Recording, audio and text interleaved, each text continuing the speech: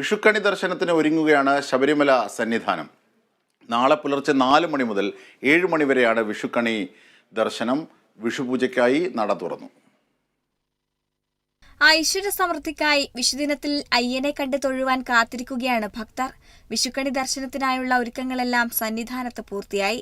ഇന്ന് രാത്രി 9:30 അത്താഴപൂജയ്ക്ക് ശേഷം ശ്രീകോവിലിൽ അയ്യപ്പസ്വാമിക്ക് മുന്നിൽ വിഷുക്കണി ഒരുക്കും. ശേഷം ഹരിവരാസനം പാടി നടയടക്കും. നാളെ പുലർച്ചെ 4 മണിക്കാണ് നട തുറക്കുക. ശ്രീകോവിൽ തുറന്ന് വിളക്കുകൾ തെളിയിച്ച് അയ്യപ്പസ്വാമിയെ കണി കാണിക്കും.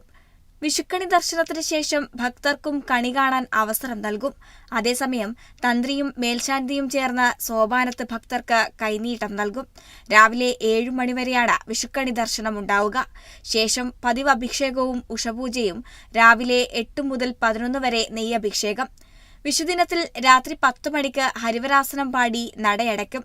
വിഷുമേടമാസ പൂജകൾ പൂർത്തിയാക്കിയ ശേഷം 18-ാം തീയതി രാത്രി 10 മണിക്കാണ് നട തുറക്കുക.